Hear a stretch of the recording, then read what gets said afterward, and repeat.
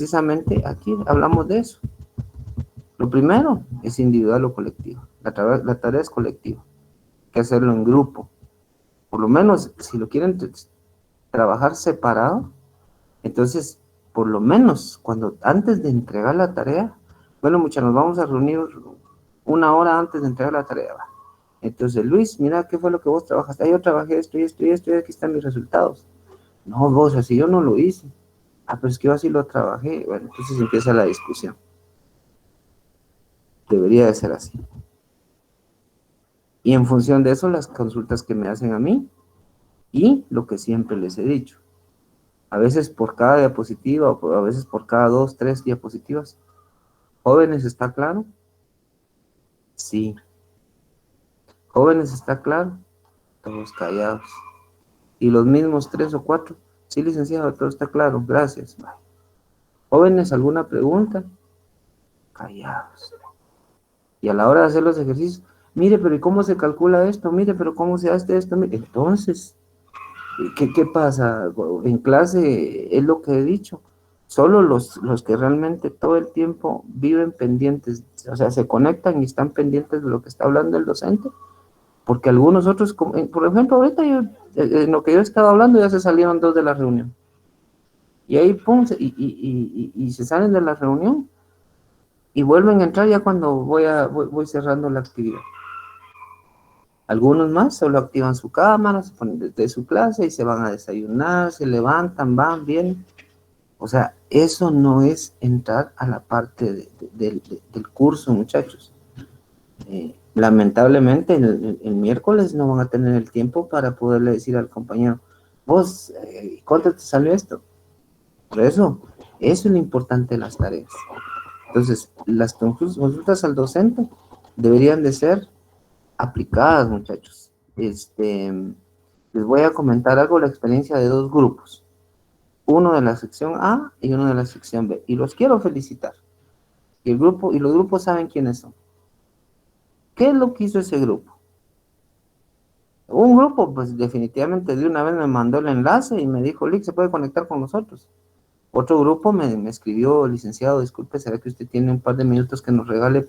Tenemos un par de dudas. Ya sea que estuviera, salvo que estuviera en una reunión y que lo dudo porque ellos lo hicieron en el horario de clase, me contactaron y ya tenían sus preguntas en mano, entonces nos conectamos y estaba el grupo y estaba su servidor. Mire, disculpe, fíjese que nosotros tenemos duda cómo calcular esto y esto y esto y esto. Bueno, esto se calcula así, ustedes lo interpretan así, lo elaboran así. Entonces, el grupo en conjunto entendió y resolvió sus dudas.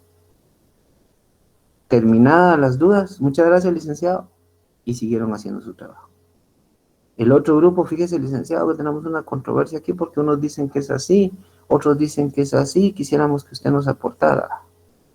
Ese mismo grupo, fíjese que hicimos estos cálculos, usted nos puede ver si vamos bien, ahí revisamos. Muy bien. Yo no, créanme, jóvenes, y yo tengo el apoyo para ustedes. Ustedes me dicen, miren, necesito que revisemos, avanzamos y revisamos. Yo sé que tampoco nos vamos a tardar una hora, 5 o 10 minutos que yo les dé, con eso yo les resuelvo sus dudas. Pero, como les repito, algunos por individual preguntan, luego como es del mismo grupo, pero como están trabajando por separado, el otro del mismo grupo pregunta lo mismo. Y algunos no preguntan, ¿verdad? Entonces, por favor, esa parte de las consultas al docente, tanto en trabajo extraordinario como en consulta en clase, hay que hacerla. En la anterior tarea, miren, yo muy contento porque del grupo de ustedes muchos me mandaron sus propuestas de mapas mentales, sus propuestas de mapas conceptuales, sus infografías, sus trifoliares, muchas cosas me las enviaron antes. Y yo, me parece bien, faltaría esto, agréguele este, póngale esto. Muy buena retroalimentación. En este caso fueron un poquito más de dudas de, fíjese que la calculo así o la calculo así, la calculo así, pero a lo que voy es que me dio la percepción de que los grupos trabajaron por separado. Y entonces cuando tienen dudas así, contáctenme en grupo y con gusto. Si no lo quieren hacer por videollamada, aunque sea por una llamada, y mire, licenciado, fíjese que estamos conectados y y necesitamos ver esto, pero eso hay que hacer. Yo envié 2 fórmulas en el chat del grupo.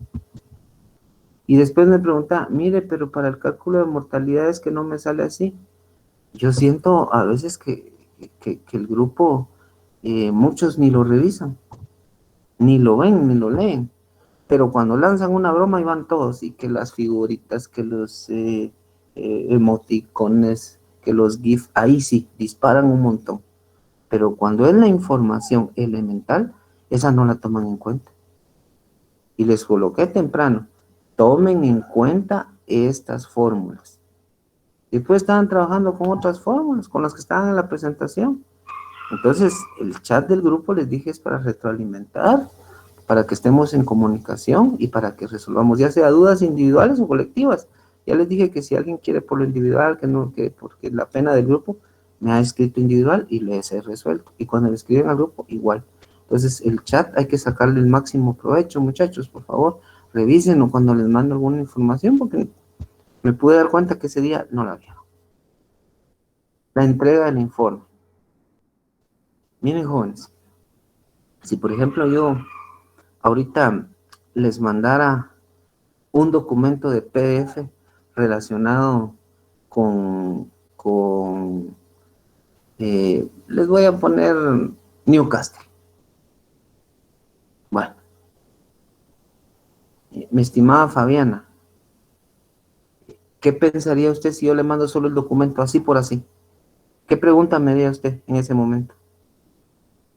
Hay un montón como, eh, eh, digamos, cuál es el tiempo para vacunar, en qué departamentos de Guatemala hay más incidencia de esa enfermedad, no sé qué efectos pueden tener, o cuáles son los síntomas, por así decirlo. Ok, pero eso sería después de su lectura, pero yo me refiero a que si yo le envío solo el documento así, ¿cuál sería su consulta? O sea, si solo le cae el documento al WhatsApp sin ninguna instrucción, ¿qué me preguntaría usted? Eh, que si hay que leerlo todo o para Ahí tener está. que tenerlo todo Si hay que leído. hacer si hay que hacer una lectura, si hay que hacer un resumen, me explico. Gracias por su aporte. Eso era lo que yo esperaba. Lo mismo pasa con el informe, muchachos. O sea, ustedes tienen que irse preparando como profesionales. Miren, a mí no sé qué pensar, que solo le agregan el archivo y ¡fum! Lanzan y tiran el correo. Así miren, a lo rústico, así cortados con hacha de una vez, o sea, de una vez, Daniel Max, boom, le pegan el archivo y lo mandan. Yo no estoy pidiendo que me saluden y que me digan que si estoy bien, que estoy mal, que nada, pero por lo menos, licenciado, buenas tardes, adjunto la tarea del grupo, punto. Algunos son muy amables y ahí diferencia uno el tipo de persona que son, porque algunos licenciados, muchos saludables, pero se encuentran bien, adjunto la tarea correspondiente a tal y tal cosa, algunos más, los integrantes del grupo son fulano, sutano, mengano, que tenga buen día, punto. Pero algunos solo agarran al archivo y lo pegan y así. Y algunos inclusive hasta más tarde de la hora que era la que se debía de entregar. Pues créanme, como docente, ¿qué puede pensar uno así? Solo dice, ah, bueno, así. Entonces, la parte de nosotros es también formar los muchachos. Aprendan a entregar tareas. Licenciado o ingeniero o el que sea, le envío la tarea correspondiente a tal cosa. Saludos, feliz día y buena tarde si quieren. Y la envían. Pero primero, te entregan tarde. Segundo, la mandan así como que, ah, bueno, ahí te va a recibirla. O sea, es esa cuestión hay que mejorarla, muchachos. No, pero eso sí, no son todos los grupos, muchachos. Son muy pocos. Y ese es un mal generalizado. Y eso indica cómo es la persona. Que cuando la persona lo trae, se toma su tiempo, redacta, lo manda. Pero cuando no, es solamente de agarrar y mandarlo y se acabó.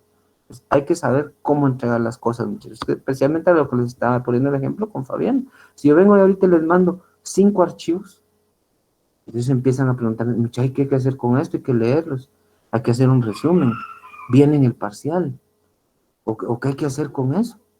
Oye, si yo solo se los mando así. Entonces, cuidado con eso, muchachos, hay que mejorar esa parte.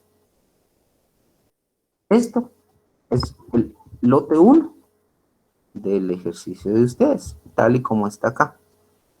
Y esto se lo sugiero porque les va a servir y les va a ayudar mucho para su examen del día miércoles. Yo les sugiero que se tomen el suficiente tiempo para tener una base de datos donde ustedes ya solo agreguen datos, que la mayoría ya lo hizo porque con eso hizo su tarea. Y en este caso yo aquí pues ya le agregué la mortalidad en unidades, que son estas que quedaron aquí, y el porcentaje. O sea, este lote me salió a mí que tiene el 14.06% de mortalidad. La viabilidad ya dijimos que, ojo, por favor, no le vayan a poner atención ahorita al tema, si los decimales, que no los decimales, que si cuadra, que me faltó. No. O sea, ahorita yo lo trabajé así, pero en las instrucciones muchas veces dice use 2 decimales y no aproxime, o use 2 decimales y aproxime. No, pero bueno, solo para, como ejemplo. Entonces, la viabilidad, se recuerdan que era 100 menos la mortalidad. Entonces, aquí está la viabilidad. El consumo, se fue sumando todo, y aquí está el consumo semanal, y aquí está el consumo total. Aquí está el peso en gramos semanal y el peso total. Y aquí está la conversión alimenticia calculada entre semana y la conversión total, donde ya le descontamos cuánto pesó el pollo de ingreso y el tema de lo que comió. Y por ahí anda la conversión alimenticia y aquí anda el FEP, tomando la viabilidad, el peso vivo en kilogramos, la edad en días y la conversión alimenticia. Yo voy a decir que la edad en días en 49 porque llevamos hasta el día 49. Entonces, con eso, ustedes ya tenían la primera parte de su tarea, que era hacer los cálculos de índices o técnicos.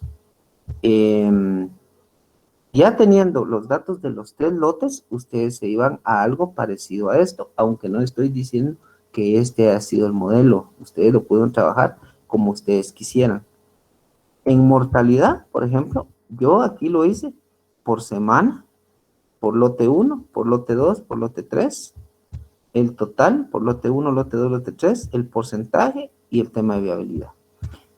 ¿Qué me permite a mí para tomar decisiones y análisis de este cuadro comparativo que les iba a servir para sus conclusiones y recomendaciones? Por ejemplo, puedo notar que en el lote 2 fue la mayor cantidad de mortalidad en la primera semana de vida.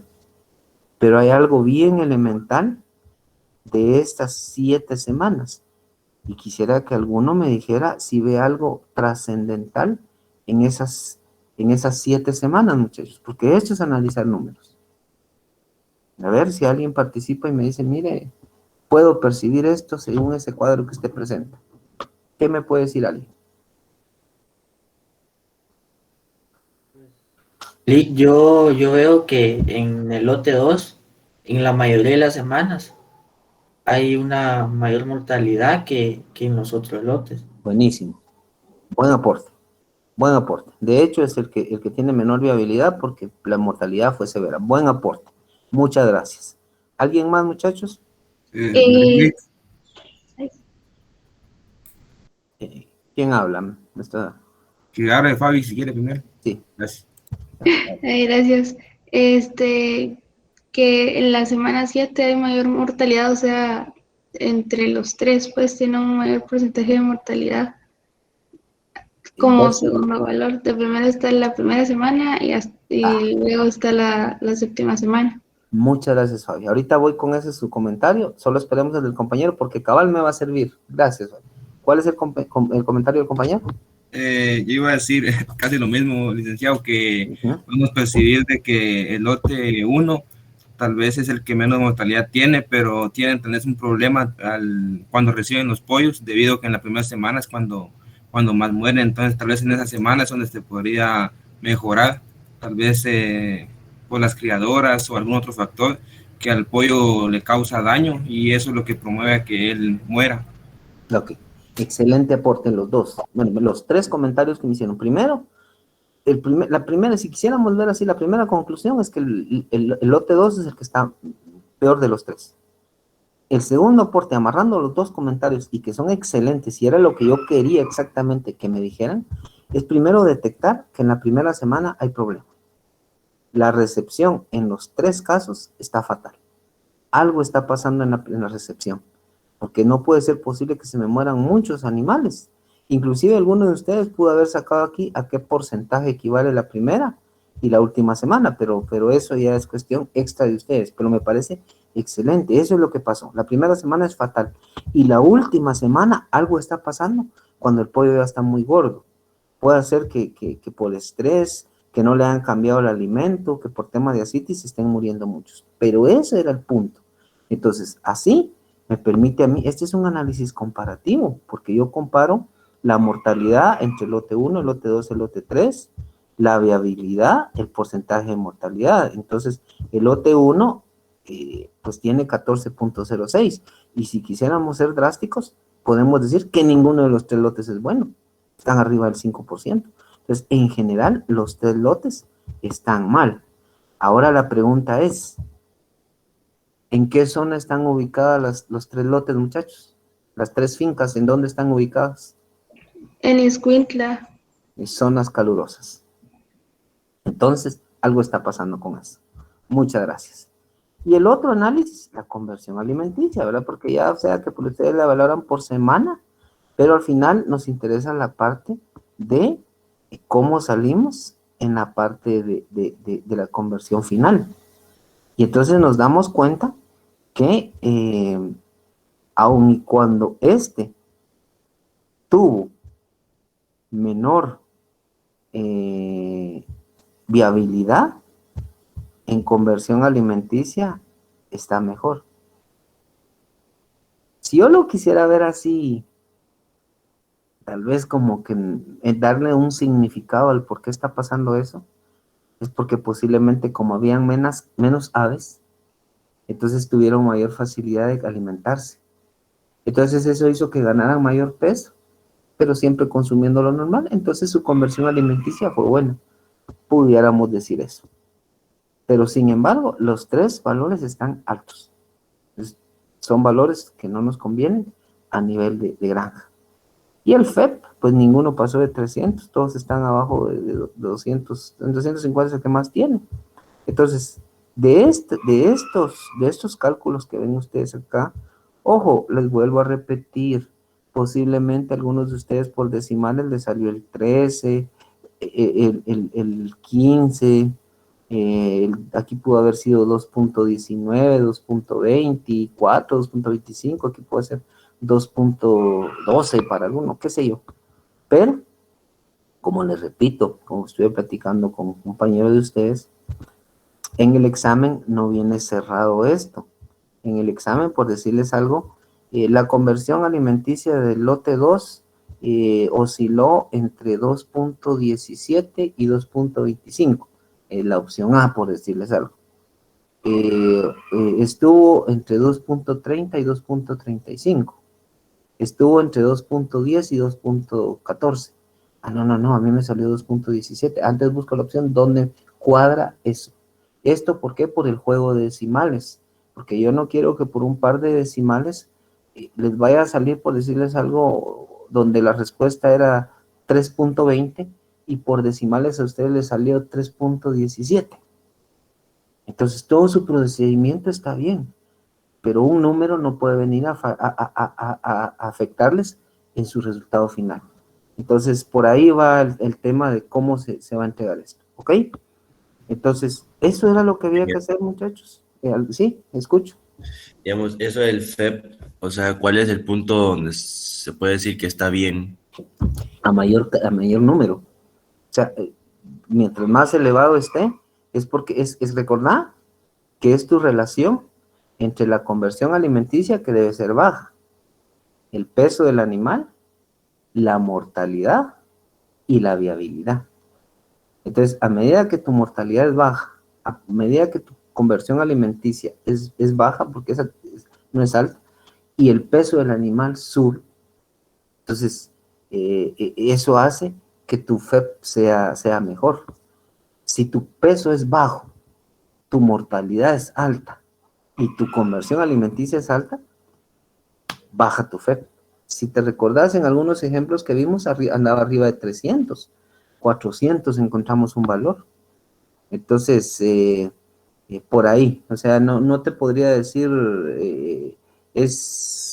bueno, pero sí te puedo mencionar que de manera general, arriba de 300, 350 ya es un FEP muy aceptable. ¿Veis? Gracias. A la orden. Entonces, esa era la tarea, muchachos. Eso era lo que había que hacer. Esos son los datos que se tienen. De todos modos, bueno, pero si quieren, si no le han tomado screen, tómenle su respectivo screen. Aquí está cómo lo presento. Digo una pregunta. Sí, decime. Disculpe que me interrumpa. No, solo déjame. Y que cabal, que le tomen screen, porque eso yo sé que a algunos les salieron otros datos, pero el procedimiento es el que me interesa, pero yo tengo estos datos en función de aproximación o no aproximación. Ok, decime. Solo ahí con una consulta, así como cuando uno saca la conversión alimenticia, o sea que, sigamos así como acá en el ejemplo del lote 1, en la semana 1, no le tengo que restar el peso inicial ni nada, no, que solo divido lo que consume por el peso final de la semana. Sí, y es el que peso solo, inicial lo resto hasta cuando saco el total, digámoslo así. sí, es que eso, al final de cuentas, es un valor de referencia entre semanas. Te interesa al final de tu proceso, porque entre semanas es muy variable. Uno, porque no come el pollo parejo. Dos, a veces los pesos no son los idóneos. Entonces, lo mejor es obtener la conversión alimenticia al cierre. Entonces, aquí lo hacemos a manera de ejercicio para ir practicando, y cuando lo haces al cierre, sí le restas lo que entró pesando el animal, lo que pesó al final. Así lo haces, ¿oís? Bueno, licenciado, gracias. A la orden. Bueno, entonces esa es la retroalimentación del ejercicio que tuvimos la semana pasada, muchachos. Le invertí un poquito de tiempo porque es importante que lo conozcan para su prueba del miércoles, ¿ok? Entonces, con eso, pues cerramos el libro de la parte de la unidad 1 y cerramos el libro de la parte de pollo engorde. Y, perdón. Entonces, con eso, entramos con estas señoras que están acá, que son las aves de postura. Y para empezar, comentarles, muchachos, que las aves de postura, pues, las conocemos como las famosas gallinas, y dentro de ellas tenemos las pesadas, las semipesadas y las livianas. Dentro de las pesadas ya dijimos que son las enfocadas a producción de carne. Las semipesadas tienen el doble propósito, dan carne y huevo, y las livianas son las que se dedican específicamente a producción de huevo. Considerando el tema de las reproductoras, ahí ya entra este señor que aparece acá, el famoso gallo. Y él, normalmente, mencionarle de manera rápida que utilizamos una relación más o menos de 10 a 12 gallos por gallina. Y estos normalmente a la sexta semana ya están listos. Pero empiezan con el tema de su madurez sexual. Pues ya los podemos usar. Pero recuérdense que la gallina todavía no está lista. La gallina normalmente está lista a las 18 semanas. Entonces, los gallos tienen una pequeña diferencia en función de cuándo empezarlos a usar versus las gallinas. Entonces, aquí lo importante es que nosotros ya manejemos una buena relación de cantidad de gallos acorde a la cantidad de gallinas que tengamos. El macho es muy territorial, él normalmente abarca su sector, otro gallo está en otro sector. Es un poquito difícil que se encuentren dentro de un lote de gallinas, y siempre es indispensable, muchachos, ir evaluando el desarrollo general de los gallos. ¿A qué me refiero con esto? Si tenemos un gallo dominante, le va a pegar a los otros y no va a dejar que ejecuten la labor reproductiva. Entonces, eso es para la parte de reproductoras. Lick, disculpe que le interrumpa. Sí, te escucho. Dice que yo tuve una experiencia con unos gallos, Ajá, porque como mi mamá en la casa tiene gallinas, ¿verdad? ajá. Y tenía un gallo, pero tenía un montón de gallinas, pero como ella pensaba que un gallo no le daba abasto, se podría decir, entonces ella compró otro y nada más llegó el otro gallo y el gallo que ya teníamos lo mató. Exactamente. Ese es el punto, lo que te mencionaba, el tema de dominio y ejercen, marcan su territorio. Entonces, cuando estamos hablando de lotes grandes, sí es necesaria la presencia de varios gallos. Inclusive, nosotros en Enca, fíjense que no se hizo la selección. Cuando nosotros compramos, en el caso de gallinas, bueno, compramos pollita, ¿va? Y hacemos todo el levante. Entonces, dentro del levante, que ya lo vamos a ver también más adelante, hay que hacer el proceso de selección, quitar lo que son machos y dejar solo lo que son hembras. Pero se nos ocurrió dejar los machos, ¿verdad? Habían dos machos. Miren, tuvimos que sacarlos porque no era tanto el lío entre gallos, sino con los estudiantes. Se le tiraban a los estudiantes los machos. Entonces, sí sienten cierto dominio de su área y cabal lo que me mencionas, o sea, llega otro animal, y ya sea que el que viene tenga mayor corpulencia y pueda defenderse, o definitivamente lo va a sacar. Y van a encontrar ustedes, y eso hay que tener cuidado, jóvenes, porque he tenido la experiencia de tener un par de gallinitas ahí y todo, y el macho muchas veces es muy dominante inclusive con las hembras. Entonces les termina pegando, las termina acorralando, las corretea. Entonces, ese tipo de macho, en la medida de lo posible, hay que separarlo. El macho, es cierto, tiene que ejercer su dominio, pero no tiene que tener estresada a la gallina. Entonces, esa parte hay que considerarla, muchachos. ¿Ok? Gracias por tu aporte, hoy muy bueno. Entonces, Una pregunta, disculpen. sí. Usted mencionó que hay que tener 12 gallos por gallina, pero no sería al revés. 10 a 12 12 gallos. Ah, perdón. Sí, tienes razón, perdón. Es que aquí está mal. Es 10 a 12 gallinas por un gallo, perdón. Sí, perdón. Esa es la relación. O sea, un gallo para 10 o 12 gallinas. Gracias por la corrección, ¿oí? Sí, es 1 por 10 o 12 hembras.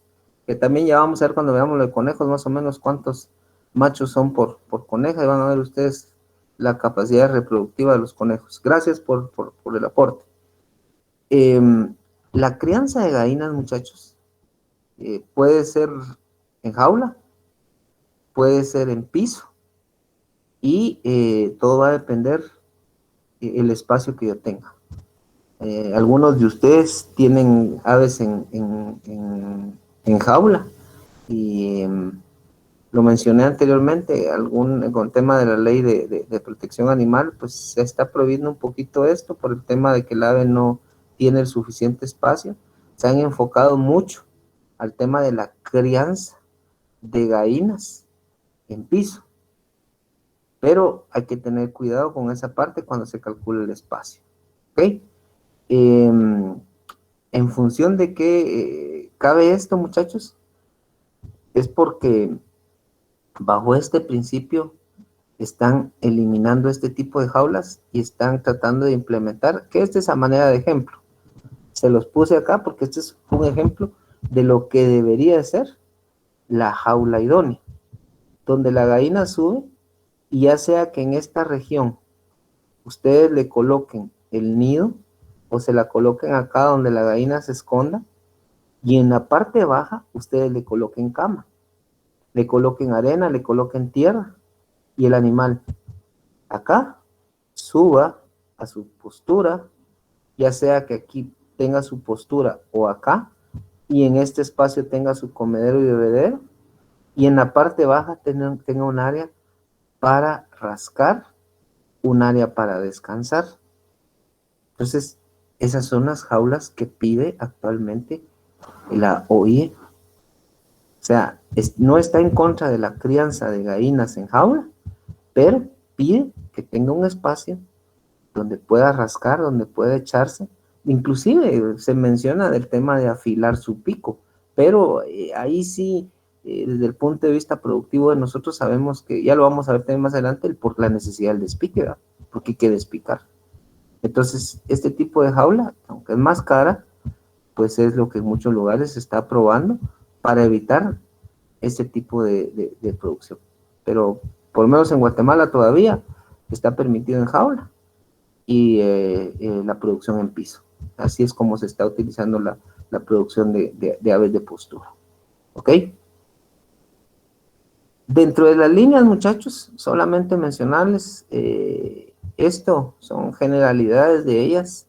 Va a depender de qué línea la que tengan ustedes, más o menos cuándo empieza su producción, porcentaje de mortalidad aceptable cuando empieza el tema de la postura, es decir, en la crianza, cuánto se acepta de mortalidad, su peso a las 18 semanas, más o menos cuando empieza el tema ese del periodo de puesta de 18 a 80 semanas, y así, todos los puntos que vienen acá. El tema es, que también ya lo vamos a ver más adelante, es que tenemos huevo colorado o marrón, como le llaman, o huevo blanco. Y nuevamente caemos en la misma sintonía de lo que hablamos del pollo de engorde. Es solamente cuestión de pigmentantes. En el caso de una va a colocar huevo colorado o rojo, como le llaman, y en el otro va a colocar huevo blanco. Y ahí viene la otra pequeña diferencia. Algunos de ustedes en algún momento, aunque sea huevo marrón o huevo blanco, le notan la yema bastante amarilla. Entonces, con lo poco que hemos visto en el curso, ¿a qué le aplicarían ustedes que la yema sea un poquito más clara o más amarilla, muchachos? Según lo que hemos hablado. El alimento. A la alimentación. Correcto. Muchas gracias. A la alimentación, muchachos. Es nada más. Y entonces, el valor nutricional sigue siendo el mismo. Qué bueno, los felicito porque eso ya nos da a entender que vencemos eso de que, es que el huevo de la gallina roja, pero es que es mejor, es más nutritivo. Incluso en la parte del ave de traspatio, el valor nutritivo es similar. Solo es que recuérdense que para que la gallina produzca su huevo, tiene que sacar nutrientes de su cuerpo. Entonces, siempre aporta la misma cantidad de nutrientes para la calidad interna del huevo. Ojo, ya lo vamos a ver también. Es muy diferente un animal que no esté malnutrido, porque entonces que esté malnutrido, perdón, que lo que ahí va a pasar es que la cáscara no desarrolle bien, que el tamaño del huevo sea más pequeño, pero la calidad interna del huevo sigue manteniéndose. ¿Ok? Entonces, porque alguien me puede, pero si quiere decir que la nutrición no afecta, sí, sí afecta. En la presentación, en el tamaño, en la consistencia, en la dureza del huevo, pero el valor interno es similar a una ave de tipo comercial. Entonces, dentro de ellas, las más conocidas es la famosa Isa Brown, la Highline Brown, que también nuevamente aquí se menciona de ella, pero también hay blanca. Esas, cada una de ellas, muchachos, al igual que el pollo de engorde, tiene su manual de producción. ¿Por qué? Porque las aves rojas son un poquito más pesadas o son un poquito más grandes que las blancas. Entonces, eso se habla en función de cuánto come, el espacio que necesita y toda esa cuestión. Por eso, hablar específicamente, solo decirles, miren, que la línea, que el ave de postura necesita esto, no, porque varía en función del color. Entonces, está la Isa Brown, la Highline Brown y White, la línea Lohmann, la blanca y la roja, dentro de sus, todo ese tema de producción, que son las principales. Y en Enca se utilizó esta también, la Brown Neck. Es un poquito más pequeña, es un poquito más liviana, y a mi criterio, si me preguntaran a mí, yo me quedaría con la Highline, que es la Brown, la Isa, que en ese sería las dos, la Highline y la Isa. La Lohmann podría tomarla como segunda oportunidad y la Brownick como tercera. Lo que pasa es que son un poquito más dóciles. Entonces, la verdad que eso mejora un poquito el manejo, que aunque les soy honesto, muchachos, las gallinas realmente no son agresivas. Las gallinas, al contrario, son uno de los animales más dóciles.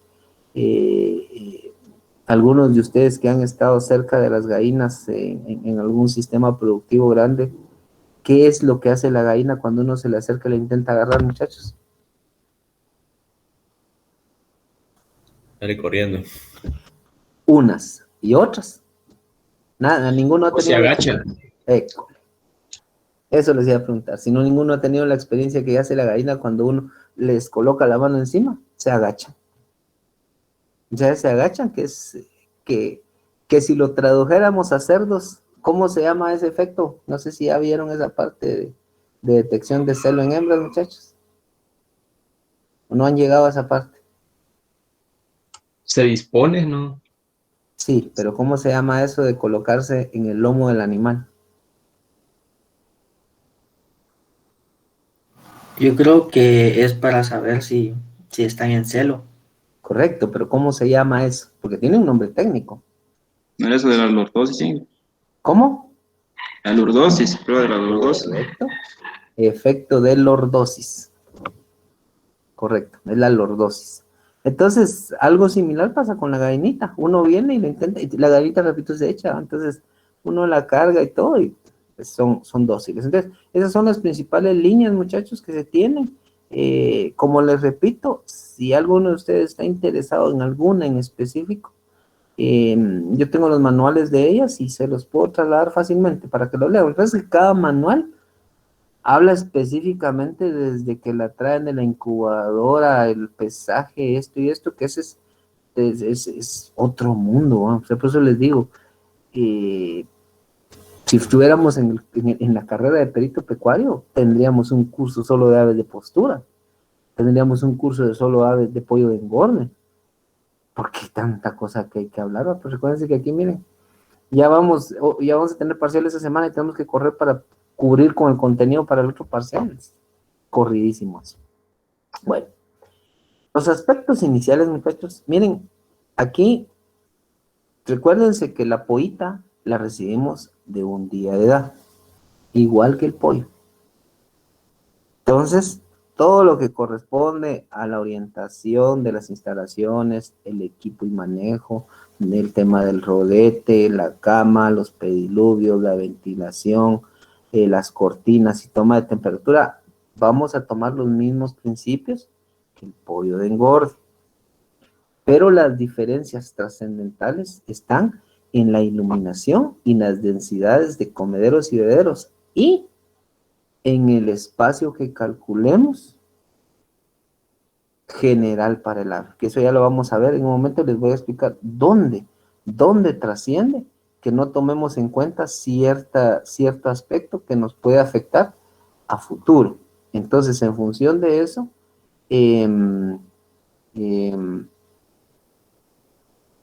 excelente, ya por ahí ya recibí la solicitud de los manuales de gallinas, con gusto. Entonces, vean,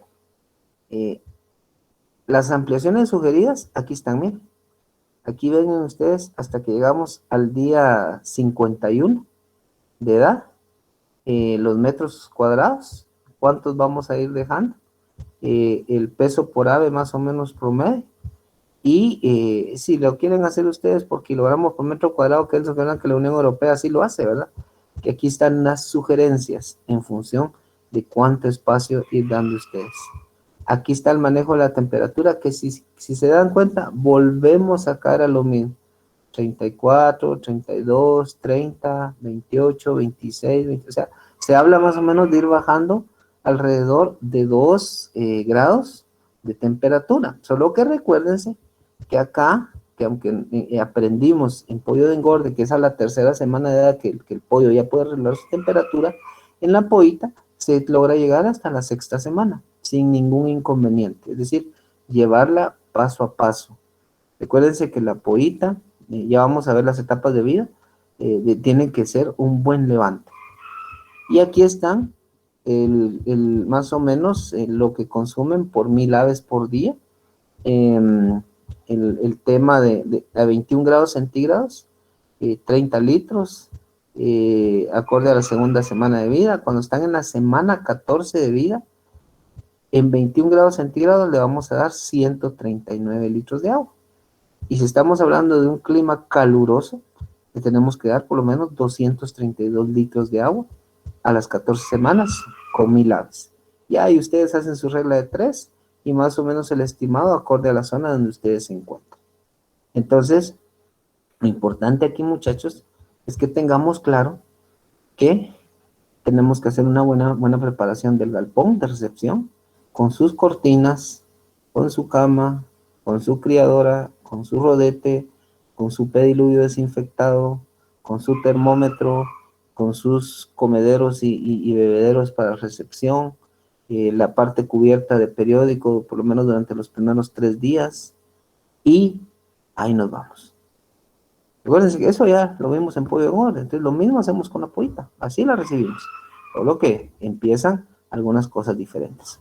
Ojo, pónganle el coco a esto que vamos a platicar, porque esta parte les va a servir de mucho para entender cómo es el manejo del ave de postura.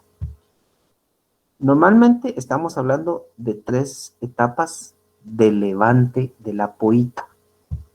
La etapa de inicio, la de crecimiento y la de desarrollo. Y esto va desde el primer día que llega la pollita a la granja hasta la semana 18. Y cada etapa equivale a 6 semanas. Y eso, en función de qué está, que ya lo vamos a ver también, es por el tipo de alimento que se les da. Aquí hay un tipo de alimento, aquí hay otro y aquí hay otro. Entonces, repito, el levante de la pollita lleva 3 etapas. Inicio, crecimiento y desarrollo, cada uno con 6 semanas de duración. Y esto es a lo que se dedican muchas granjas. ¿Qué hacen muchos productores? Esperar a que se cumplieran aquí las 18 semanas y comprar esa polla. Aquí es pollona. Aquí más o menos es pollita, aquí es pollita en crecimiento y aquí es pollona. Aquí ya empieza más o menos el término de gallina iniciadora. Y en la semana 28, que es más o menos donde la mayoría de aves alcanzan alrededor de su pico de postura, ya pasan a ser adultas, más o menos que en la semana 40 se alcanza casi que todas están siendo totalmente con el peso completo. Entonces, estas 3 primeras etapas, muchachos, son muy importantes porque la mayoría de plan profiláctico se hace en esta etapa. Igual se hace el tema del despique. Entonces, hay que tomar en cuenta algo bien importante, muchachos. Si yo realmente confío mucho en quien me está vendiendo la pollita, excelente. Porque yo sé que es una polla de calidad, es una pollona, perdón, de calidad, que han manejado un buen plan profiláctico con ella, que viene bien preparada, entonces mi proceso de postura va a ser exitoso. Pero si yo realmente considero que no me está saliendo muy bien la pollona y que realmente he tenido muchos problemas, entonces hagan como en Enca. Nosotros tenemos nuestro galpón donde recibimos a la pollita y hacemos todo el levante, las 18 semanas. A partir de la semana 19 hasta la semana 45, recuérdense que les comenté que el ave aquí todavía es pollona, está en crecimiento. Cuando llega a esta etapa más o menos tiene el 80% del peso adulto o del tamaño adulto. Entonces en esta etapa el ave necesita seguir creciendo, pero también necesita empezar su postura de huevo. Entonces, esta semana más o menos va de la 19 a la 45. Y esa se llama postura fase 1. Pasada esa semana 45, viene el ave y se le cambia el alimento a otro que tiene un menor contenido de proteína hasta llevarla al final de su postura. Entonces, si se dan cuenta, estamos hablando más o menos de en promedio, aquí estamos sumando 67, que más o menos resultan ser como 65 o 67 semanas de postura y 18 de levante. Eso equivale más o menos a 21 meses, que equivale a un año, 1.75 años, más o menos 2 años. Y luego viene la siguiente etapa, que esto es opcional. Eso muchas granjas deciden si hacerlo o no hacerlo. En el caso de ENCA, nosotros llegamos hasta acá, hasta postura fase 2. ¿Qué hacemos ahí? Descartamos a las hembras, se empiezan a vender o se empiezan a destazar por lote para el consumo de ustedes, y con eso se termina el proceso de postura. Y ahora la pregunta es, ¿en qué momento ustedes ingresarían un nuevo lote de pollitas jóvenes? Analizando esto que les mencioné, las primeras 5 etapas. ¿En qué momento ustedes estarían ingresando su primer lote, su siguiente lote de pollita? Tal vez cuando termine postura 1. Vamos a ver. Si termina postura 1, todavía le quedan 40 semanas de postura 2. ¿Y cuántas semanas necesitamos para que rompa postura la pollita? 18. Entonces, ¿cuál sería lo ideal? Todavía estando en postura 2, tratando Ok. de 18 semanas menos. Ahí estás. Entonces, si nuestra postura va a ser de 85 semanas, a 85 le resto 18. ¿Cuánto me da eso, jóvenes? 67. Ok. Entonces, más o menos, entre las semanas 65 y 67, del lote que tengo produciendo huevo, o sea, de vida, ¿va? Yo voy a meter mi nuevo lote de pollita. Entonces, así viene creciendo poco a poco. Así, cuando yo esté sacando este lote, porque ya llegó a su fin, la pollita está rompiendo postura. Entonces, en ese momento, se elimina el lote y empieza un nuevo lote de postura. Claro, en un galpón diferente, ¿verdad? Eso se llama planificación. No lo puedo hacer ni antes ni después, porque se me traslapan los 2 lotes. O salvo que ustedes lo quieran manejar así, o sea que ya, pero tienen que ser muy exactos. Pero lo que sí no pueden quedarse es sin producción. Pero regresando al ejemplo perdón, ¿iba a preguntar algo a alguien? Sí, disculpe. Eso se hace con el fin de que, digamos, el proyecto siga funcionando. Es Porque correcto.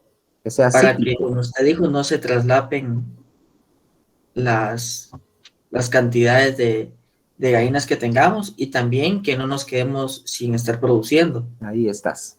Excelente. Muy bien. Lo ideal es que tal vez lo hicieras, si nosotros hablamos alrededor de la semana 65, si quisieran ustedes hacerlo en la semana 60, para que si haya cierto traslape en lo que empieza a subir el pico de postura, así cuando ya ustedes saquen las últimas gallinas, su nuevo lote está en el pico de postura y siempre tengan la disponibilidad de vender la misma cantidad de huevo. Pero ese es, como les repito, aquí el punto trascendental es que ustedes no se vayan a confiar y que cuando ya falten 10, 5 semanas para sacar el lote, empiecen a meter a la pollita. Entonces eso, imagínense, se van a quedar un tiempo en que no van a tener huevo para vender. Entonces hay que tener cuidado con eso. La fase, sí, escucho. No tengas pena.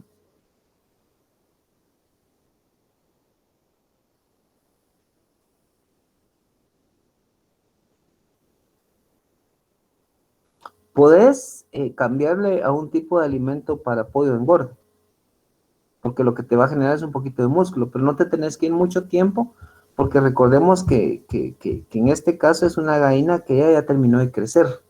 Tal vez te va a echar un poquito de músculo nada más, pero ella ya no te va a desarrollar mucho. O sea, de hecho, el cuerpo, la corpulencia de un ave de postura no es para ganar mucha carne. Entonces, pudieses hacer eso, pero recordad que por la edad igual es una gallina ya viejita, ¿va? Entonces es carne, no es tan buena de calidad. Entonces, si querés obtener una carne de gallina de calidad, estaríamos hablando de un ave que si estamos hablando vean pues, desde que nace hasta la semana 85 es el tiempo de vida del ave, pero de esas 85 semanas hay que descontarle 18 de levante. Pero yo te diría, una gallina más o menos para una buena consistencia anda alrededor más o menos de las 30 a 35 semanas, o sea, donde ya alcanzó casi su peso adulto y es una carne tierna todavía. Pero ya a esa edad puedes ganar un poquito de peso, pero no mejoras mucho la consistencia. Hay que hacer cocer bien esa carne para que salga suave, ¿oís? Bueno, a la orden. Entonces, aquí deciden ustedes, y como por cuestión de manejo, sí esperar lo que se corresponde como pelecha o muda, pero esta pelecha o muda es la pelecha natural, porque se terminó el ciclo. Ya vamos a ver más adelante cuando hablemos de la pelecha, que la pelecha inclusive la pueden hacer ustedes a la mitad de la postura 1, o empezando la postura 2. Y esa es una acción que se toma cuando por una enfermedad, por estrés, porque hubo problemas con el alimento, nuestra producción se vino al suelo. Entonces nosotros tenemos se llama pelecha inducida. Pero eso ahorita todavía no lo vamos a hablar. Entonces, existe la pelecha inducida, que eso puede ser ya entre los ciclos de postura. Pero aquí estamos hablando de la pelecha natural. Aquí el ave ya llegó a su etapa final de postura. Entonces, esta dura más o menos alrededor de 8 semanas. Ojo, perdonen porque aquí les mencioné 85 semanas es lo que se maneja normalmente. Pero ya hay líneas productoras de gallinas que están llegando hasta las 100 semanas de producción de huevo. O sea, son líneas mejoradas, ¿verdad? Siempre de las que acabamos de ver. Dentro de esas líneas, la Highline 100, la Highline 300, así se van subiendo. Y entonces han logrado llegar hasta las 100 semanas de postura. Entonces, son aves que producen bastante. Entonces, por eso les coloqué en la parte alta, de la 86 a la 93, si fue 85 semanas de postura. Y de la 101 a la 108, si fueron 100 semanas de postura. Entonces, en total más o menos son entre 7 y 9 semanas de pelecha. Pero eso sí, son semanas, jóvenes, que no obtienen ustedes ningún huevo. Entonces, el ave bota toda su pluma y todo lo que come lo necesita para recuperar sus plumas y luego empezar su ciclo de postura. ¿Y qué es lo que pasa acá? Que como el ave está generando todos sus nutrientes para recuperar su pluma, le baja aporte al tema hormonal. Entonces no ovula. Entonces, como no hay ovulación, no hay postura de huevo. Entonces hay que esperar hasta que se recupere para entrar a la postura 3, porque la postura 1 y 2 es lo normal, y la postura 3 es la pospelecha. Y esa más o menos puede durar entre 30 y 40 semanas. Y ahí, pues, los porcentajes de postura cambian, muchachos. Mientras aquí podemos llegar en la postura, entre postura 1 y postura 2, un lote muy, muy, muy bien manejado, excelente manejado, diría yo, pudiera alcanzar 97, 98% de postura, más o menos los promedios andan en 95%, pero acá, en la postura 3, podemos llegar a un 65% de postura, es decir, no vamos a alcanzar una misma postura a la de la postura 1 y 2. Lo que sí es que en ese tipo de postura 3 ya va a ser más fácil que veamos aquel famoso huevo de doble yema o el huevo jumbo. ¿Por qué? Porque el ave ya tiene, no es que le digamos un desorden hormonal, pero ya realmente la producción de huevo ya no es la misma, en que es un tamaño mediano o grande, sino ya es un huevo extra grande o jumbo, ¿verdad? Entonces esas son de las características de las etapas de postura en estas aves. Entonces eso más o menos equivale a 21 meses, 1.75 años, la segunda fase de 7.5 a 10 meses, más o menos 0.6 a 0.8 años, y en total estaríamos hablando entonces de unos 28.5 a 31 meses, que más o menos, si nosotros quisiéramos ver todo el proceso, estaríamos hablando de 2 años y medio, si así lo quisiéramos ver, ¿verdad? Pero, ¿alguna duda de las fases, muchachos, de desarrollo, de postura, la pelecha? Bueno, entonces, sí, ¿qué más nada? Disculpe, así como usted mencionaba que así como en la Inca no llegan a toda esa fase de pelecha, ¿por qué? ¿O es menos eficiente o qué desventaja tendría? Lo que pasa es que, para empezar, te voy a comentar, una de las limitantes que tenemos nosotros es el tema del espacio. Nosotros normalmente tenemos alrededor de 7 galpones destinados para pollo de engorde, 2 para ave de postura, y dentro de ese ave de postura precisamente está que tenés un lote en producción y el otro que es el que ya viene coleando para que cuando este cierre postura, el otro empiece a producir. Pero si nos ponemos a pelechar este lote, en este momento, en cuando llegue este lote a su ciclo máximo, no tenemos otro galpón para hacer un nuevo levante. Entonces, si tuviéramos un tercer galpón, pudiésemos quizás meternos a probar con el tema de pelecha.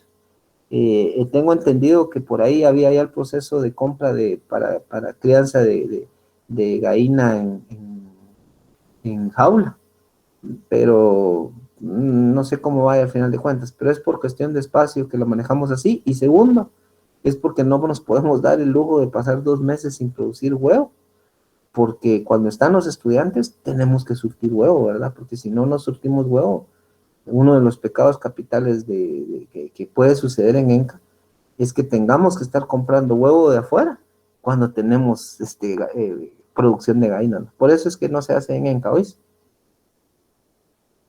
Ingeniero. Gracias. A la orden.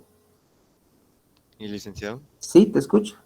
Una pregunta, ¿y todas las líneas productoras van a hacer la pelecha o solo líneas específicas?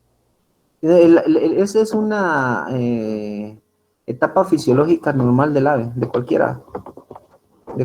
O sea, eso te lo va a dar la pelecha. El ave tiende a perder su plumaje y empezar un ciclo de postura. Yo conozco gente que tiene gallinas de 5 o 6 años de edad, o sea, ahí las tienen y se dan cuenta ustedes que ya andan poniendo que sea un huevo cada 3 días, cada 2 días. Entonces ese es el ejemplo típico de que un ave llega a su proceso de pelecha, se despluma y empieza su ciclo después, y así se va, y así se va. Entonces, ya sea de una línea comercial, de otra línea, o simplemente sea un ave criolla, ¿no es? Ok, ingeniero, gracias. A la orden. Entonces, acá, muchachos, hay, cómo la manejan en muchos lugares, ciclo de vida de una gallina, de 0 a 17 la crianza. El primer ciclo habla de 18 a 76, luego la pelecha, y por último el segundo ciclo, ¿verdad? Entonces, esto es más o menos lo que pasa. El ave está emplumada, pierde toda su pluma, recupera y empieza su proceso productivo. Entonces, vean, en función de eso, era lo que les mencionaba. El primer ciclo más o menos dura 60 semanas de producción y el segundo 40 semanas. Aquí están los porcentajes de mortalidad más o menos que se dan entre el primer ciclo y el segundo ciclo. Y aquí está la producción. Esto habla de un 81% de producción, que esto al final de cuentas es muchas veces un promedio, ¿verdad? Porque se establece desde la semana 18 hasta la semana 85. Entonces, cuando hacen el promedio, esas primeras semanas, la 18, la 19, la 20, hasta la 27, 28, los porcentajes de producción son muy bajos. Entonces, eso tiende a alterar el promedio general. Pero sí, de manera general, un ave puede llegar a, un sistema productivo puede llegar hasta el 95, 97 de producción. Pero cuando sacamos el promedio, anda más o menos en el 81, 85%. Mientras que la pelecha solo llega al 60, 65%. Y más o menos aquí se habla de otros datos, la conversión de alimento, miren, 1.98 en el primer ciclo y 2.40 en el segundo ciclo. También ya lo vamos a ver más adelante, cómo determinar conversión alimenticia y costo de producción de un huevo, para que entendamos si es rentable o no es rentable producir un huevo, ¿ok? Entonces, con esto que ustedes conozcan, muchachos, es elemental. Primero entender, 18 semanas de levante, más o menos, luego de esas semanas van a ser 65 o 67 de postura, que en total equivalen a 85 semanas de vida del ave. Y de ahí para allá ustedes deciden si hacen pelecha o no, y si hacen postura después de la pelecha. Pero muchos venden estas gallinas, las venden aquí, y es la que le llaman la gallina de descarte, la venden, algunos para consumirla y algunos para esperar esos 2 meses y obtener por lo menos un poco de postura. Acá está más o menos el tema de cuánto espacio necesito para el tema de levante, 12 aves por metro cuadrado. En producción, 8.5 aves por metro cuadrado de lo que son las rojas o las coloradas, 9.5 aves por metro cuadrado en el caso de las blancas, que esto ya estamos hablando de las adultas, porque aquí estamos hablando del levante, aquí estamos hablando de la pollita, y aquí estamos hablando ya de la gallina en postura. En el caso de las jaulas, en las primeras 2 semanas estamos hablando de 110 centímetros cuadrados por ave, que eso va a ser más o menos hasta cambiarla a la tercera o cuarta semana, donde vamos aumentando a 220, y de la quinta hasta la 15ª semana estamos hablando de 380 centímetros cuadrados por ave. Para el caso de las que están en producción, a partir de la semana 16 o hasta la 80, vamos a necesitar más o menos 450 centímetros cuadrados por ave, y en el caso de las blancas, 400 centímetros cuadrados por ave. Entonces, esto es la crianza y la producción en piso, y esta es la crianza y producción en jaula. Esto es más o menos lo que necesitamos en piso para las diferentes líneas. Si es otro de los principios que se manejan. 14 metros cuadrados por ave liviana, 12 metros cuadrados por semipesada y 6 metros cuadrados por ave pesada. En el levante, que va de la semana 6 a la 20, ya van a ser 10, 9 y 3 metros cuadrados, aves por metro cuadrado, perdón, y aquí está la cantidad de aves cuando ya están en producción, si son livianas, semipesadas o pesadas. Acá está la relación de cuántos comederos en las primeras semanas, el de iniciación, aquellos que vimos que hacían las cajas plásticas o las bases circulares de algunos comederos. Si usamos comedero de canal, o es decir, los lineales, o si alguien quiere poner PVC, o el tubo de PVC o bambú, se habla de 5 centímetros por ave, luego va a subir a 13 centímetros por ave hasta llegar a 14 centímetros por ave, acorde a las edades. Si ya son los tubulares, vamos a usar 30 al inicio, luego 12 a 14, o sea, estamos hablando de 30 por ave, luego vamos a usar 12 a 14 aves por plato, y luego ya bajamos a 8 a 10. Y aquí está el tema de los bebederos, nuevamente, lo que utilizamos, los de recepción, que son los de galón, luego los de canal, luego pasamos a los de campana, o los de niple, ¿verdad? Aquellos automáticos. Ya luego pasamos a la siguiente edad, y por último a producción. En producción, si es de canal, 2.5 centímetros por ave, si es de campana, 75 aves por bebedero, y si es de niple, 8-10 por niple. En función de los nidos, muchachos, necesitamos un nido para 4 o 5 aves. Entonces, cuando calculemos, si yo estimo que tal y como lo vimos acá, miren, estamos hablando que más o menos el porcentaje de mortalidad anda alrededor del 7%. Yo, para no arriesgarme tanto, me iría a un 10% de mortalidad total. Entonces, si yo compro 900 aves, yo sé que al final de mi ciclo me deberían de ir quedando más o menos alrededor de unas 800 aves.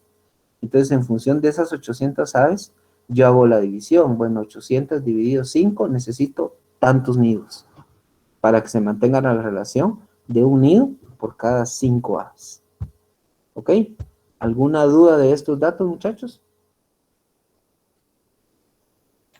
Lick, por ejemplo, ¿por qué varía, por ejemplo, la cantidad de aves por metro cuadrado entre rojas y blancas, por ejemplo, en piso o ya sea en jaula, que la cantidad de centímetros, ya sea de roja y blanca, varían? Porque es un poquito más grande y pesadita la roja. O sea, tiene un poquito más de tamaño, tiene un poquito más de corpulencia. Entonces, en este caso, en el piso, la roja, llamémosle así, como si te das cuenta, en piso, la roja necesita menos espacio que la blanca, ¿ok? Pero en jaula sí necesita un poquito más de espacio la roja, porque no tiene dónde moverse mucho. Como es un poquito más pesada, la roja camina menos, por así decirte. Entonces, cuando no camina menos, necesita un poquito menos de espacio en piso. La blanca, por ser un poquito más liviana, ella sí anda caminando para acá, se mueve para allá y todo, entonces necesita un poquito más de espacio. Pero cuando es en jaula, como el ave no se mueve mucho, necesita un poquito más de espacio. Entonces, por eso es la diferencia, ¿oís? No sé si me captas hacia dónde va la respuesta. Sí, Lick, gracias. A la orden. Bueno, entonces, esto que les menciono aquí, muchachos, es las densidades que manejamos en Guatemala. Entonces, más o menos, si estamos hablando por climas, si estamos mayor a 25 grados centígrados, 4 o 5 aves por metro cuadrado. Si estamos de 20 a 24, más o menos hablamos de 6 a 7 aves por metro cuadrado. Si estamos hablando de 10 a 19 grados centígrados, 8 a 10 aves por metro cuadrado. Y si es ya frío, estamos hablando de 11 a 15 aves por metro cuadrado. ¿Ok? Entonces, esas son las densidades para Guatemala. Y esto es lo que les mencionaba. Miren, pues, jóvenes. Es importante que yo tome en cuenta que en algunos lugares les voy a mencionar qué es lo que hacen. Tienen un galpón para levante y luego hacen el traslado de las pollitas para el área donde va a estar la postura. Cualquier manejo que le den ustedes al ave la va a estresar, jóvenes. Las va a estresar y van a dejar de comer un par de días y eso significa retraso en el crecimiento, se retrasa el desarrollo de la postura. Entonces, lo mejor es que el mismo galpón que ustedes tienen para levante sea el mismo donde va a ser la postura. Pero ¿cuál es nuestro error? Que yo vengo y tomo, por decirles algo, de 10 aves por metro cuadrado. Entonces, si yo voy a meter 1000 aves, quiere decir que yo necesito 100 metros cuadrados. Hasta ahí todo va bien. Entonces, con eso yo digo, bueno, ya tengo ahí 1000 metros cuadrados. Pero cuando yo coloco estos nidales, miren, eso le roba espacio. Entonces sucede algo como esto. Ese espacio que está acá, más este que está acá, más este que está acá, imagínense, le está robando espacio. Entonces, lo que inicialmente era una relación de 10 aves por metro cuadrado, cambió. Entonces, por favor, siempre es importante considerar agregar del 10 al 20% extra del espacio inicial, acorde a cuando vayamos a meter los nidales. ¿Sí? Entonces, si yo calculé que el espacio que yo necesitaba era de 100 metros cuadrados, entonces le agrego ya sea un 10 o un 20%, y con eso yo garantizo que cuando yo introduzca mis nidales, no me va a robar espacio para mis gallinas. ¿Está clara esa parte, muchachos? Lick, una pregunta. ¿Qué sucede si no le agregamos ese 10 o 20%? Hoy van a quedar las aves así más juntas, pero... Así como están en la imagen. Pero, ¿qué pasa eso? ¿qué peligro podríamos llegar a tener porque las aves estén más juntas? ¿Qué les podría suceder? Estrés por calor. 2, puede existir canibalismo porque están muy cerca, o sea, no tienen un área vital indispensable cada animal. Cuarto, el tema de que esté aglomerado los animales no permite buena locomoción para acercarse a comederos y bebederos y te termina afectando en el consumo y por ende en la producción de huevo. Entonces, por eso es que se calcula el espacio de área vital por animal en función de la cantidad de metros cuadrados por ave. Entonces, sí tiene incidencia en eso. Y recordar que a partir de la semana 18 el ave tiene que seguir creciendo y que el ave tiene que seguir comiendo para poder alcanzar su pico de postura y su peso idóneo. Y ese espacio que le va a robar los nidales no va a permitir que ella haga esa etapa. ¿Ok? No sé si resuelvo tu duda. Sí, Lick, gracias. A la orden.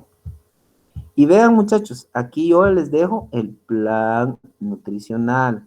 Vean, pues, aquí está en la primera etapa, la segunda etapa, la tercera etapa, es decir, todo lo que corresponde al levante de la pollita. El alimento que usamos es iniciador, luego crecimiento y luego desarrollo. Aquí está más o menos cuánto consume de gramos un ave por día, entre 50 y 60, 70, 80 y 80 y 100. El nivel de proteína, si se dan cuenta, aquí es un poquito más alto, aquí va bajando, aquí va bajando. Aquí, si se dan cuenta, miren, 17 a 20% de nivel de proteína. ¿Por qué? Porque empieza la postura y porque el ave tiene que terminar de crecer. Y ya después, en las últimas etapas, le bajamos a la calidad de la proteína. Miren, baja el nivel de proteína a 14-16, 14-16, 14-16. El consumo anda más o menos entre los 110 para las aves más livianas y 115 gramos por día para las aves más pesadas. Y aquí está más o menos la energía que debe consumir, debe tener el alimento. Aquí está nuevamente el tema de lo que les mencioné, el dibujito aquel de la cantidad de agua que debe tomar el animal. Entonces, con estos datos ya tenemos más o menos densidades, ya tenemos nidales, ya tenemos cuánto alimento necesito. Con este dato ustedes ya pueden estimar cuántos quintales necesito yo para poder tener un lote de pollita, cuántos quintales necesito para la etapa 1, cuántos quintales necesito para la etapa 2, y si yo voy a utilizar acá, y aquí les dejé claro, miren, en la pelecha, premezcla. Aquí yo ya no estoy usando alimento balanceado. ¿Por qué? Porque yo lo que quiero es minimizar costos. Y claro, pero yo debo lograr llegar a por lo menos a tenerle la cantidad de proteína idónea, ¿verdad? Entonces, se recomienda el tema de alimentación con un tipo de premezcla, ¿ok? Entonces, eso corresponde a la alimentación y el agua que necesita el animal acorde a su edad. Estos son los nidales, muchachos, diferentes tipos de nidales. Es un nidal simple. Esa es la forma, estos dos son simples, es una forma cuadrada que normalmente estamos hablando de donde el ave ingresa y coloca su huevo. Normalmente estos vienen baterías de 5 a 10 nidales de doble cara, es decir, trae de este lado y trae del otro lado, entonces se aprovecha el doble espacio. Normalmente alguien me decía, pero mire, de 45 a 50 centímetros de profundidad es mucho, muy oscuro. No, para empezar el ave debe sentirse en un lugar tranquila, donde pueda colocar su huevo y donde luego salga y se sienta tranquila. Si es muy pequeño, el ave pierde muchas veces el interés en hacer la postura y sale del nidal. Entonces hay que tener cuidado con eso, por eso es que se hace más o menos de 45 a 50 centímetros de profundidad, más o menos unos 30 centímetros de ancho, y la altura más o menos es de 45 centímetros también, son los estándares. Esto es bien importante, miren muchachos, acá, cuando nosotros colocamos los nidales, hay que tener cuidado. Cuando es un espacio muy pequeño, recuérdense que en la parte baja hay arena. Si el ave se coloca aquí abajo, entonces el ave sí ya no recibe nada de iluminación. Y entonces los que han tenido gallinas en su casa, ¿qué han visto de típico cuando la gallina se va a esconder? ¿Se esconde en un lugar donde hay mucha luz o donde no hay luz, muchachos?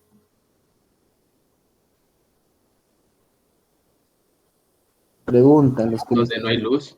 Es correcto. Donde no hay luz. ¿Y por qué hace eso la gallina? ¿Para qué hace eso? Se llama cloaqués o cloqués, o se llama incubar, incubación de sus huevos. Ella busca un lugar oscuro y en ese momento tiene incidencia esto que vamos a ver a continuación, el programa de iluminación. Como busca un lugar oscuro, automáticamente se altera la producción hormonal y la ave se enclueca, deja de producir huevo y entonces se echa a incubar sus huevos. Entonces, si yo dejo espacios muertos con poca iluminación, aquí se van a meter las aves, ¿no? Y ahí se van a esconder y ahí van a empezar, en teoría, primero a colocar huevo, a hacer postura de huevo acá, que no es lo idóneo, y luego a incubarlos. Entonces, no, cualquiera me va a decir, Lick me dice, pero si ahí no hay machos. Claro, pero eso no lo sabe la gallina. La gallina viene y ella se echa y empieza a incubar sus huevos. Entonces, como no hay macho, o sea, ella va a pasar ahí el tiempo que ella crea, pero no va a poder desarrollar pollitos. Entonces, hay que evitar esos espacios, muchachos, donde se genera oscuridad, porque eso también tiene alta incidencia en el programa de iluminación. Entonces, cabal, como en este grupo me decían que es exactamente en las gallinas donde mayor incidencia tiene el plan de iluminación. Y efectivamente, al igual que en el pollo de engorde, las primeras semanas son trascendentales, los primeros días elementales para que el ave sepa dónde está la comida, se levante a comer, multiplique su ganancia de peso, etcétera, etcétera, etcétera. Pero aquí hay una pequeña diferencia, que ya sea que se maneje un programa de iluminación acorde a horas luz o se maneje un programa de luz intermitente. Entonces, ese intermitente indica que podemos ir cambiando las horas de luz, por decirles algo, 2 horas de luz, 2 horas sin luz, 2 horas de luz, 2 horas sin luz, pero eso implica mayor trabajo. Entonces, eso pues es una de las formas que lo hacen algunas granjas que tienen los famosos timers. Entonces ellos vienen y a las 2 horas apagan, a las 2 horas se enciende, a las 2 horas apagan, pero en nuestro medio, como no lo podemos hacer, tenemos que enfocarnos a otro sistema de iluminación, que ya lo vamos a ver a continuación. Entonces, ¿por qué es importante la iluminación en el ave? Porque vean, la visión es importante por lo grande del ojo, y más o menos en relación a la cabeza y el cerebro, o sea, es tan grande el ojo como si fuera el cerebro o la cabeza del ave misma. Entonces, ellas tienen un ángulo de visión de 300 grados. Entonces, con ese gran ángulo de visión que tiene, es importante que le entre la iluminación, porque eso va a motivar el desarrollo hormonal, que ya lo vamos a ver cuando hablemos de la producción de huevo. Entonces, esta adecuada iluminación en el levante y durante la madurez sexual va, miren, primero, que se desarrolle bien la pollita. Segundo, que la fase de postura sea excelente. Y tercero, que tengamos un huevo de calidad en cáscara y tamaño. Entonces, cuando tenemos esos elementos a nuestro favor, el animal come bien y produce bien. Y por ende, una buena conversión alimenticia. Entonces, aquí hablamos más o menos de luz de 30 a 50 lux durante 0 a 7 días, que es el inicio. Y eso le va a permitir al ave encontrar dónde están las fuentes de agua, que eso ya lo hablamos con el pollo de engorde, y dónde está el alimento, y que se puede adaptar a eso. Este es lo que les decía, del intermitente. 2 horas sí, 4 horas no, 2 horas sí, 4 horas 3, pero eso depende de qué finca, de qué granja, pero a nivel guatemalteco, poquitas granjas lo manejan así. La mayoría se van a otros planes. Entonces, cuando yo aumento las horas luz, ¿qué es lo que pasa? Aumento la dopamina. El ave está contenta, el ave está feliz. Y de ahí viene la palabra dopaje, ¿ve? Dopaje. El ave está activa cuando hay iluminación. Entonces se levanta a comer, se activan las hormonas, está feliz, coloca sus huevos y el efecto lumínico es benéfico para la gallina. Pero si yo, por el contrario, le limito el plan de luz, lo que desarrollo es la melatonina. Y esta hormona lo que va a generar es estrés y agresividad. Entonces, aparte de que se desarrolla el tema hormonal, el estado de ánimo del ave varía en función de la cantidad, de la calidad y las horas de luz que le brinde al ave. Entonces, ojo, importante, generar dopamina y no generar melatonina para que entonces no haya el problema con el ave. Y esto, vean, debería de ser más o menos un modelo de plan de iluminación. Aquí están, miren, las semanas. Las semanas están en función de poder ir determinando cómo se va desarrollando el plan de iluminación. Igual que en el pollo de engorde, ¿se acuerdan ustedes que hablamos que en los primeros días se les da casi iluminación total? Y luego va descendiendo. Aquí, alrededor de la cuarta semana, ya van bajando las horas luz, en el caso de la pollita. Luego se mantiene, miren, alrededor de 10, 9, 8, de 8 a 10 horas luz por día. Y luego, en la semana 15, nos empezamos a preparar para que el ave rompa postura y le empezamos a hacer el aumento, miren. Llega hasta más o menos cuando le damos unas 16 horas de luz al ave por día. Entonces, ya se mantiene la postura. Este puede ser un plan de iluminación, eso va a depender del que ustedes quieran manejar. Aquí hay otro, miren. Aquí se está hablando de que empezamos con 20 horas hasta bajar a 10 horas luz y luego de 10 horas luz vamos subiendo hasta 16. Acorde a las semanas de edad. Y aquí está la intensidad de luz. ¿Ok? Entonces, eso permite que nosotros podamos darle al ave lo que necesita, que es lo que venimos hablando desde el punto de vista tenemos que generarle al ave. ¿Ok? Entonces, ya mencionamos por qué es importante el tema de la iluminación, por el tema de hormonas y el tema de la dopamina. Y estos son los algunos planes sugeridos. Algunos lugares usan otro plan de iluminación. ¿Ok? Entonces, en función de eso, dudas, consultas, comentarios, muchachos. Profe, disculpe. Ajá. Viera que mi papá mencionaba que en el pollo de engorde era bueno que en la noche siempre se mantuviera luz porque de esa manera dice que el pollo nunca pensara que fuera noche y por ende que no le diera sueño. Y de esa manera que siga consumiendo, pero creo que es por eso que acaba de mencionar usted. Sí, tiene. Sí, o sea, al final de cuentas es cómo se genera el estado de ánimo del ave y sobre todo, recuérdense, en el ave de engorde sí hay que tener cuidado porque recuérdense que hablamos que si le damos mucho proceso de alimentación en las últimas etapas de vida puede darse el problema de la citis, se engorda mucho el animal y se nos muere. Y otra de la cuestión es que a veces el tener mucho plan de iluminación nos puede generar gastos excesivos en cuanto a energía eléctrica, ¿verdad? Y eso al final de cuentas muchas veces nos repercute en el costo final de nuestro pollo de engorde. ¿Ok? Gracias por tu aporte, ¿ves? Te lo agradezco. ¿Alguien más, muchachos? Bueno, ojo muchachos, un comentario, por favor. El miércoles, muchachos, yo tengo una actividad programada, entonces les voy a trasladar la clase ya grabada, ¿oye?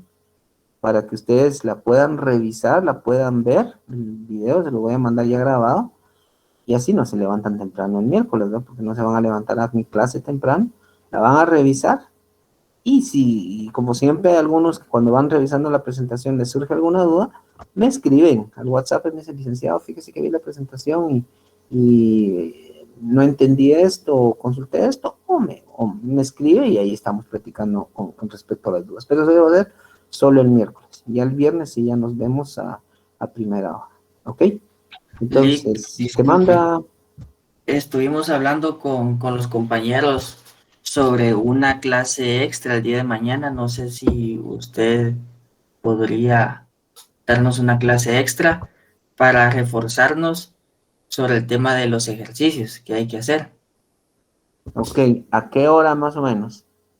Pues nosotros nos acomodaríamos a la hora que usted pudiera, Lick. Buscáramos la manera, dijo. En la mañana, ¿cómo están ustedes? Porque mañana es martes, sí. En la mañana, o sea, tenemos clases en la mañana, sería así ya en la pura tarde. Ok, tendría que ser, es que miren, pues les voy a comentar. Ustedes tienen clase de 1 a 2 más o menos, de 1 hasta las 4 de la tarde. Sí, así es, y a las 4:20 tenemos el Yo examen. tengo clase con mis muchachos de la B el último periodo, pero después ustedes tienen examen. Tendría que ser más o menos como a las 6:30 de la tarde noche. Porque, o sea, ustedes tienen ocupado todo el día y yo tengo cabal en el último periodo tengo la clase con los jóvenes de la sección B y después ustedes tienen su examen. O sea, ustedes están libres más o menos como a las 6:45, 6:10 más o menos. Y no sé qué examen tenga mañana y no sé cómo salen de su examen. Yo con todo gusto, o sea, yo los apoyo si ustedes están disponibles, pero aquí sí sería ver a qué hora después de su examen, porque si se dan cuenta, en la mañana tienen clase, en la tarde tienen clase, y a las 4, que quedó programado el examen, a las 4:20, porque ahora no se ocupó periodo de clase para el examen. Entonces, evalúen, lo vean ustedes y propónganme, y con todo gusto nos reunimos. ¿Sí? Está bien, Link, gracias. Entonces le escribimos por el chat de WhatsApp para decirle que a qué hora y si usted puede nos dice. Correcto, con todo gusto, me parece. Gracias. Pues, cuídense mucho, muchachos, que tengan un buen día, un gusto saludarlos. Y si no, si nos reunimos mañana, pues excelente. Si no, el miércoles, recuerdan, a las 4:15, 4:20, tienen su prueba conmigo.